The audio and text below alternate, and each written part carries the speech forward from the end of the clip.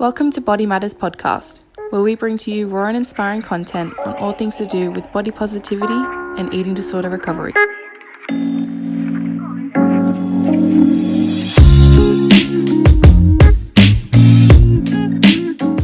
On today's episode, we have a very special guest, Phoebe Jobson. Phoebe has featured on one of our past recovery talks here at Body Matters, and the feedback we had was amazing, and everyone were very inspired after hearing her personal journey. We wanted to have her on our first podcast just to hear about her journey through her eating disorder, and we also touch on support networks, triggers, and what keeps her so strong-minded now. So to start off, why don't you give us a bit of background information on who you are, what it is that you do, and what took you to your career path as a naturopath? Yeah, sure. So my name is Phoebe Jobson and I'm a naturopath. And I suppose my journey to get there, I suppose ever since I was a kid, like growing up, I always knew that I wanted to help people, but I wasn't sure exactly how. So when I finished high school, I went straight into uni and I studied my BA degree majoring in psychology. And then I graduated from that. And I still kind of had this itch for something else. So I eventually got into the natural health industry, which is a true passion and lifestyle of mine. And I enrolled at a place called Nature Care College in 2014 and have never looked back since then. So now I'm a fully qualified naturopath. I have my own business. I'm based in Mossman in Sydney, and my business is called Nutmeg Naturopathy. And as a naturopath, I help individuals and their various health concerns, particularly through diet, lifestyle, and any herbal and nutritional supplementation if and when needed. And I support a number of acute and chronic conditions in my office. I do have a particular love and interest for helping those with skin issues, gut imbalances, and particularly with my history, helping people, especially women, build healthy relationships around food and help with their periods, especially if they've lost their periods because of hypothalamic amenorrhea, which is where their period stops, and helping people with a lot of stress and kind of nervous system health as well. Yeah, having had my own food and body image challenges in the past and being diagnosed with a restrictive eating disorder years ago, I know what it's like to be in a place of mental and physical diseased health. And so, yeah, now I'm just so passionate about supporting individuals and helping them take care of their precious health. And I really, truly believe that we need to learn how to appreciate and nurture our mental and physical self and nourish ourselves on a daily basis. So that's me. Yeah, and I don't think many people are aware of the many different support networks that they do have around them. So I think it's definitely good for others to know that there are people like you out there.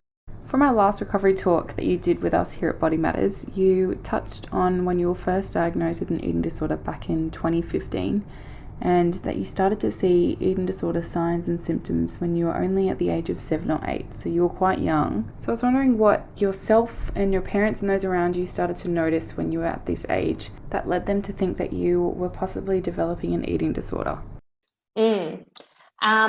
I suppose, I mean, when it started, I had no idea. But when I started seeing my psychologist, so would have been about 2015, I suppose I had just hit rock bottom and I knew that things had to change because I was mentally and physically, I was not functioning properly whatsoever.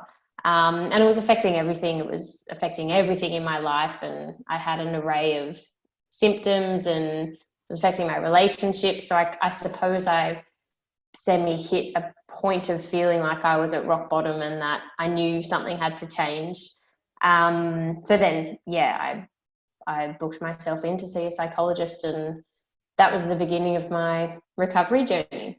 Yeah, so when you look back at your recovery journey and how far you have come since you were first diagnosed, are there any significant things that stand out that did help you the most throughout your journey? What was the most helpful? That's a hard one because I think it really was a combination of many things. But firstly, I suppose I I do need to give myself a little bit of credit. I was really determined and motivated to change, and that's what enabled me to really tackle recovery head on.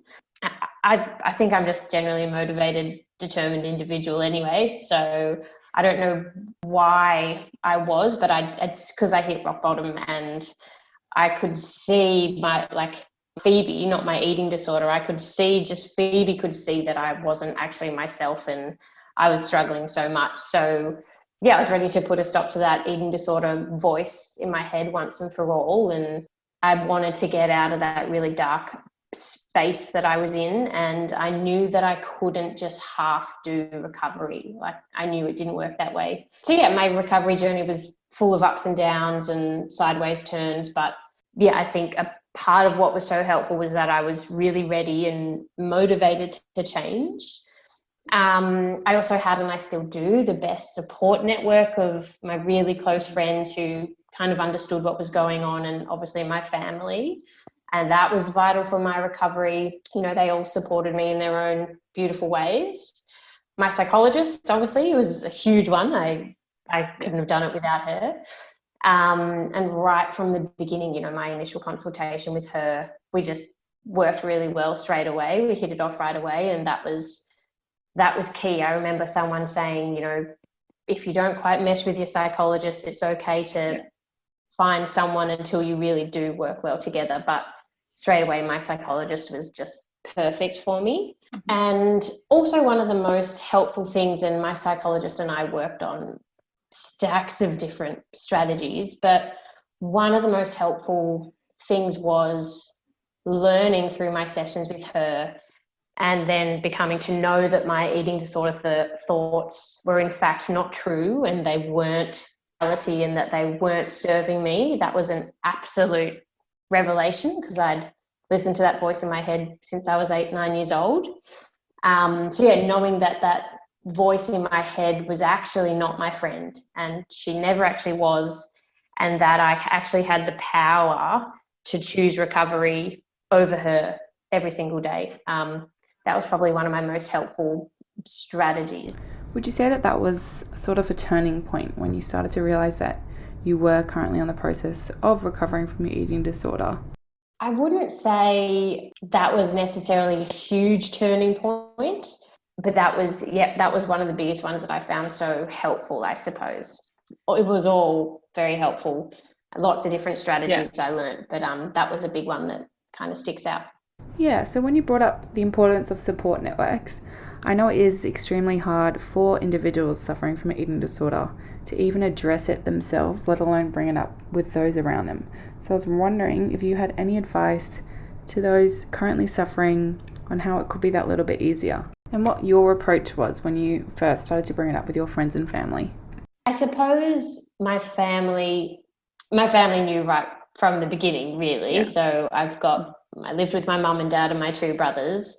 So it wasn't as if I had to fully sit them down and say, this is what's going on, because they always knew, and they'd always just kind of been there for support in their own kind of gentle ways. And initially, I suppose, and because I did feel quite vulnerable and quite emotional about the whole thing when I started getting help, I just kept it very much in my immediate family. And my partner as well, who's now my husband, so my boyfriend at the time, and kind of just kept it us, because that's all I felt comfortable with.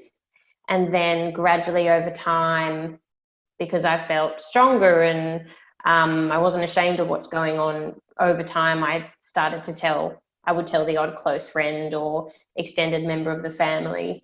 But that took time. And so yeah, initially it was just my close family, which is all I needed, and they were great.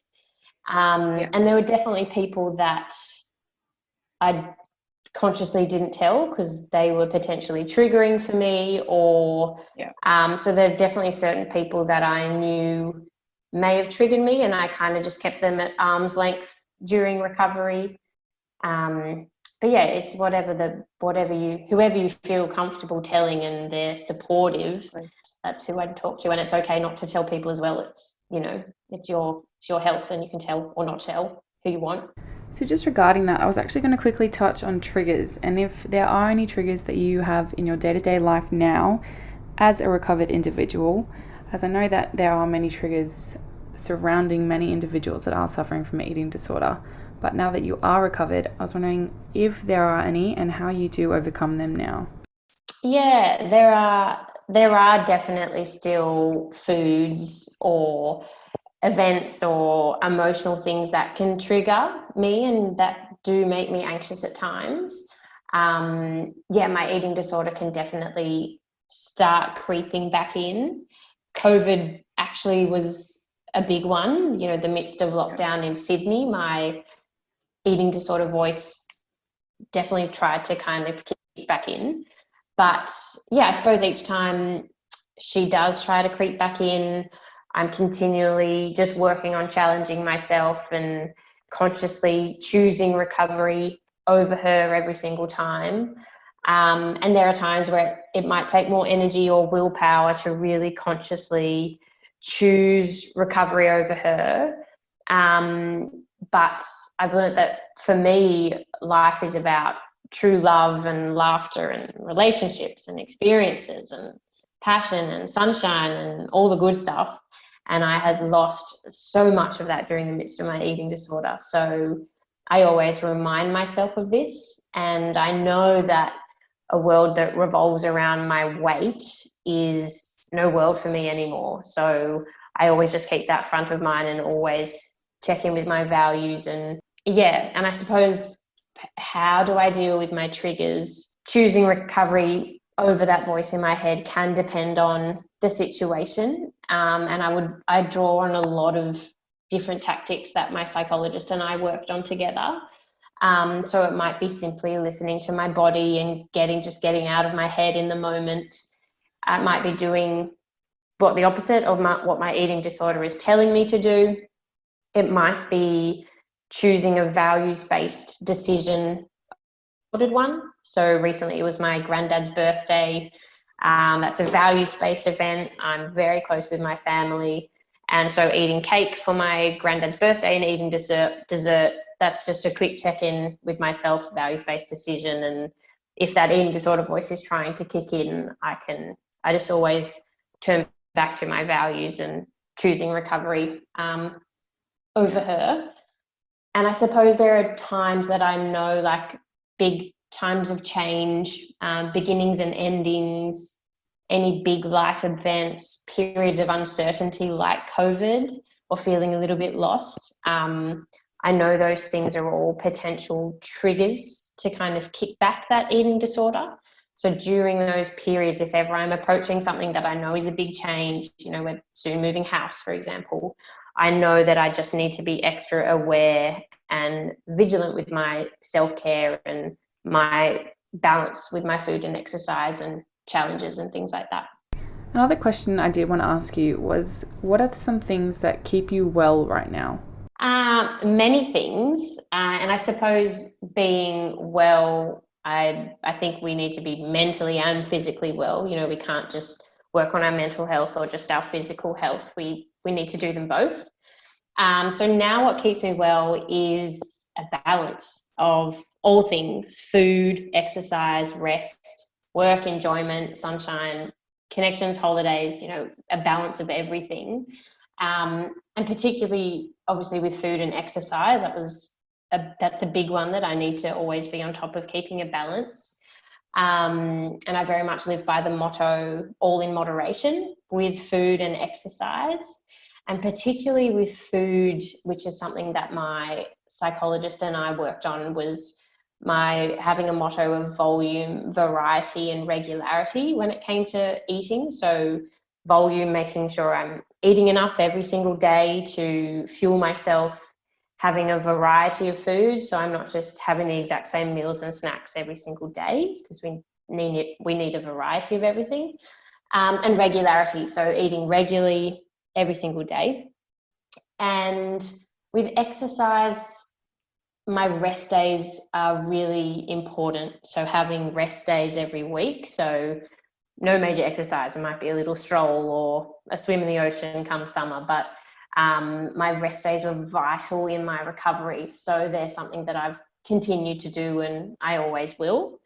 And again, it's surrounding myself with my people, you know, my tribe, and people that bring nothing but love and support and fun and all the other wonderful things. I've kind of, yeah, as I've gotten older as well, we probably have less people in our closer group, but they're really awesome people, and kind of weeding out the people that don't necessarily fully make you feel awesome and have that mutual friendship with.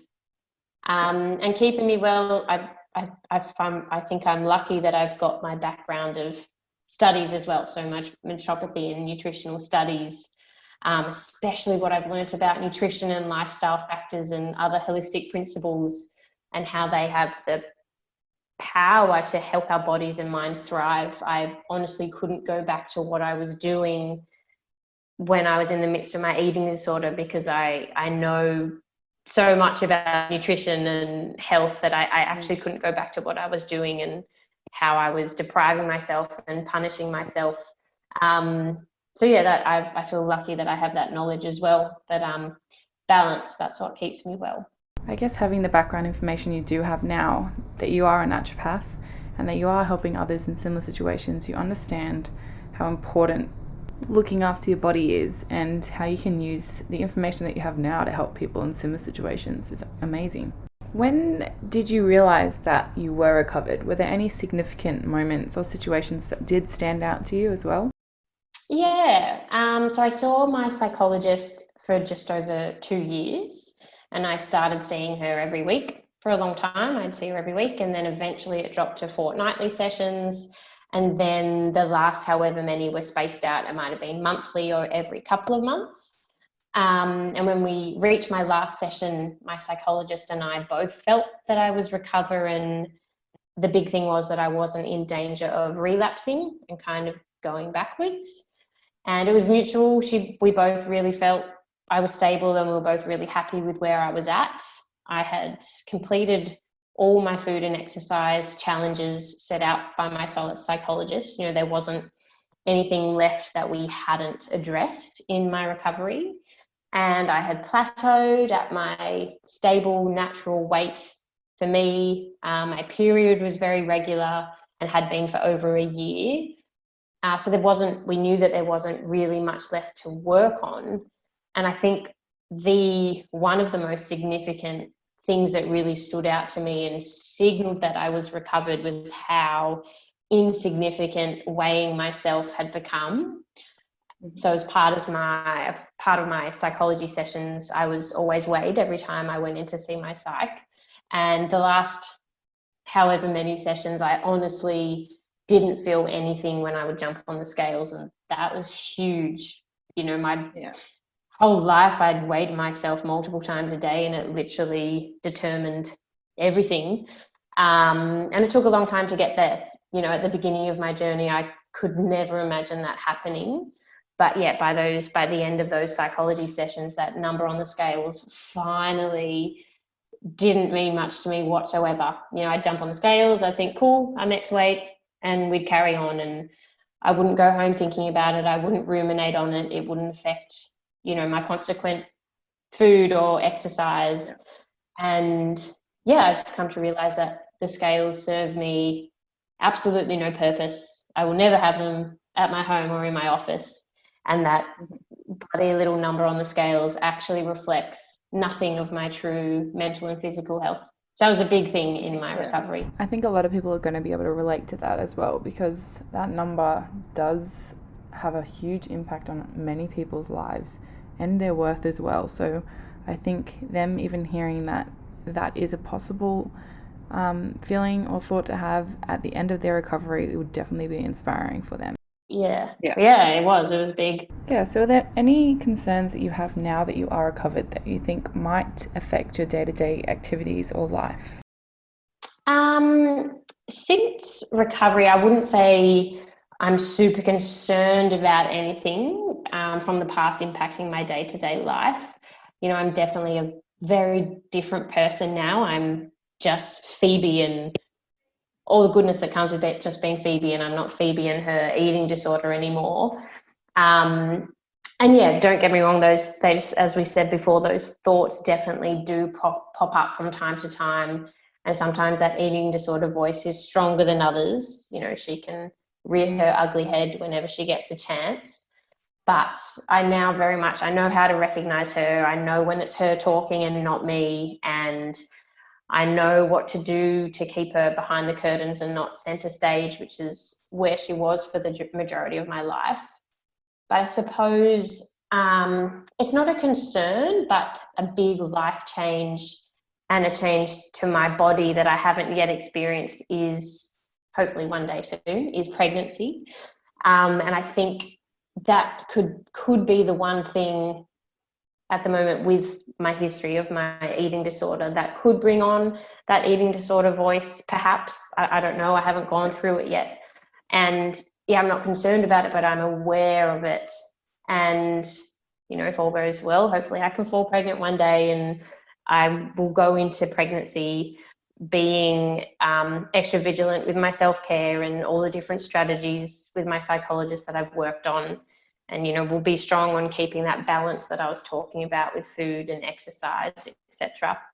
And if anything pops up that kicks in that eating disorder voice, I always say to myself that it's a good challenge, Phoebe. So eat it or don't exercise or whatever. I always have this little voice in my head saying it's a good challenge. And I think pregnancy could potentially be one of the biggest challenges for someone with a history of an eating disorder. But I see it as a really good challenge, and it's one of the most beautiful things in life, I think. And I think it's such a privilege as a female to be able to fall pregnant, and such an amazing experience to go through. So that would be the only one that I'm aware of that brings a change to my body and change to routine and massive life change. So yeah, I'll just need to go into it being really diligent and on top of all the good things.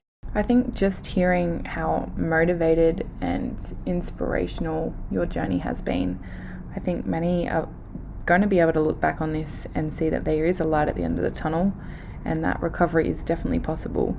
Yeah, I was definitely in that place, you know, mid-recovery where, you know, my psychologist would tell me stories of girls that are fully recovered and they don't care about their weight anymore. And I used to not believe it. I was like, yeah, sure, you know, I couldn't, because I just couldn't fathom it, and I couldn't believe ever getting to that point. But yeah, it's 100% possible. It's amazing how powerful our minds are and how amazingly we can rewire our brain. And it takes hard work, but it's so possible. So finally, I was going to ask if you had any piece of advice for anyone that is suffering from an eating disorder at the moment, who might be feeling a little bit deflated, or for parents or a friend who might know someone that is going through an eating disorder.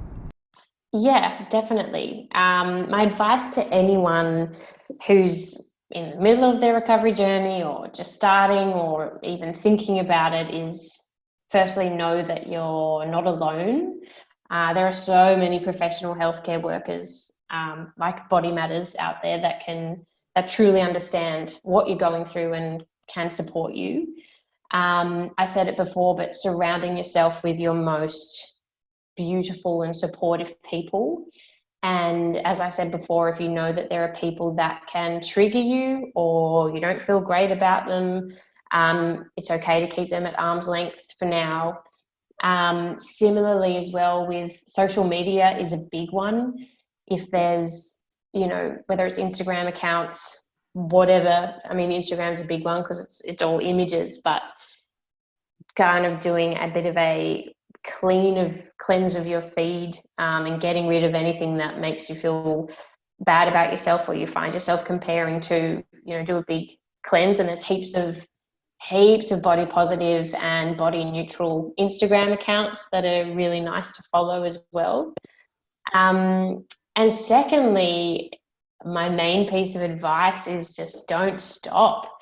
Whatever you do, don't stop on your recovery journey. You'll cry, you'll feel it's all too hard, you may want to give up, you may have moments where you go a bit backwards or sideways, and that's all okay. It's part of the process, and it's all still progress. But just keep pushing forward, I suppose. There's light at the end of the tunnel, I promise. And the power to reach that light is really all in your hands. So to keep finding the courage and the power to face that demon inside your head, placing one foot in front of the other each day. It's baby steps, but you're kind of always heading into that one direction, which is the direction towards life without your eating disorder, which I promise that life is so much better. Yeah, and I definitely think that now that they know there are people like you out as a naturopath, there's dietitians, there's psychologists, that it is possible to recover from an eating disorder. It can be scary at first to seek treatment, but I think definitely hearing your story has probably eased or inspired a lot of other people. So thank you so much for coming on our first podcast. It has been amazing speaking with you and discussing your journey, and I have no doubt that many people are going to be able to relate to your story, and we look forward to speaking with you soon.